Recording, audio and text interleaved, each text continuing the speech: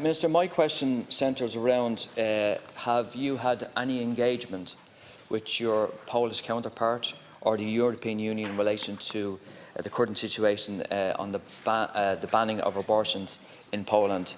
And this is in the context where Ukrainian women are coming into Poland and being refused abortions when they're being raped by Russian soldiers. Thank you, Deputy Minister. Yeah, thanks, Deputy. Thanks for raising this sensitive and important issue. Recent changes to the abortion laws in Poland are clearly of great concern to many people in Poland and to the EU more generally. Ireland has its own recent experience of these issues, and we've seen major changes with regard to reproductive health rights in recent years, and they're very welcome. Our experience in Ireland in achieving broad consensus in this area is something we're proud of and always willing to engage with others on. The Government exchanges regularly with our Polish and EU counterparts at ministerial level and official level, as well as with civil society and other actors. Ireland will continue to engage across a broad range of issues, including issues pertaining to the protection of women's sexual and reproductive health and rights and issues of gender equality.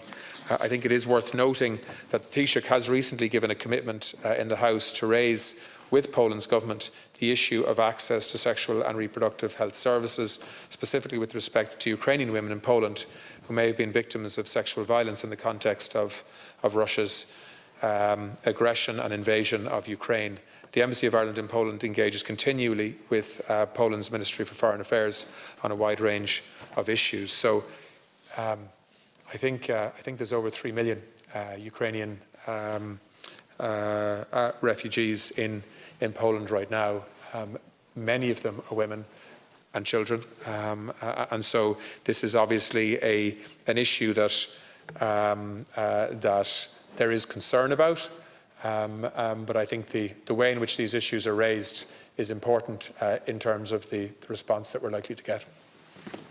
Thanks, Minister. I think Polish people and generally Europe have shown amazing solidarity in relation to Ukrainians fleeing their own country in the face of absolute barbarity by the Russian Federation.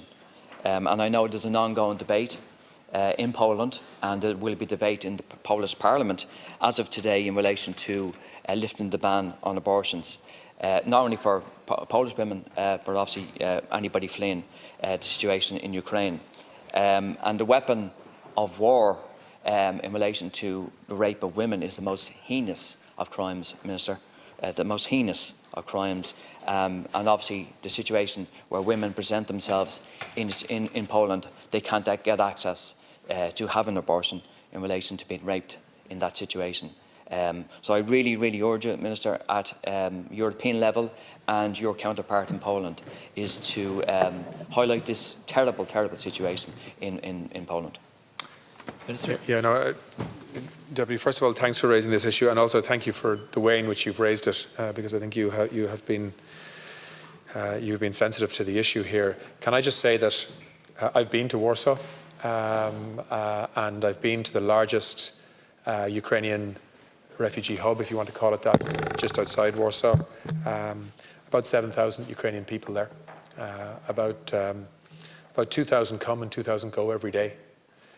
It is just extraordinary in terms of that this is actually a reality on the continent of Europe today, that we have close on 6 million Ukrainians have had to flee their own country, 36,000 of whom have come to Ireland.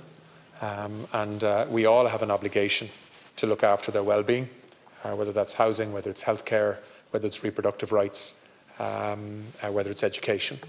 And can I just say, I think Poland has been extraordinary in terms of their solidarity in accommodating just an enormous number of people who are fleeing conflict and violence and brutality. And I think it's, in many ways, Poland is at the centre of this conflict. So I think we need to raise these issues with sensitivity, but we also do need to have these conversations to raise the concerns that many women, not only Ukrainian women but Polish women as well, have in relation to sexual and reproductive rights and supports. But ultimately, this is a question for the Polish Parliament and the Polish authorities to make decisions on. But certainly, the Irish government's views are very clear on it, and I think we'll make those views known.